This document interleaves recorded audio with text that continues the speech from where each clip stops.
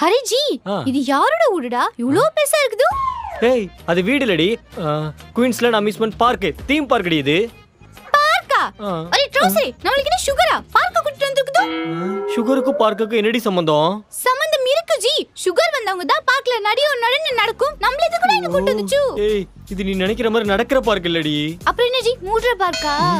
ஏய், சம்மர் வெக்கேஷனுக்காக உன்னை theme park கூட்டி வந்திருக்கேன். உள்ள போனா நல்லா ஜாலியா விளையாடி என்ஜாய் பண்ணலாம். ஓ, சம்மர் வெக்கேஷனா? ஆமா. ஹரி ட்ரோஸரே, நம்மள எதுக்குடா இவ்ளோ சைட் டிஷ்ஷா இருக்குது? சைட் டிஷ்ஷா? ஹாஞ்சி, நம்மள மட்டுமே சந்தோஷப்படுத்தணும். நம்மளுக்காக நினைக்கிறது சைட் டிஷ் தானே? ஓ, ஏய், அது சேட் ஹிஸ்டரி. எதுக்கு நம்மள இவ்வளவு பெரிய பழி போடுற?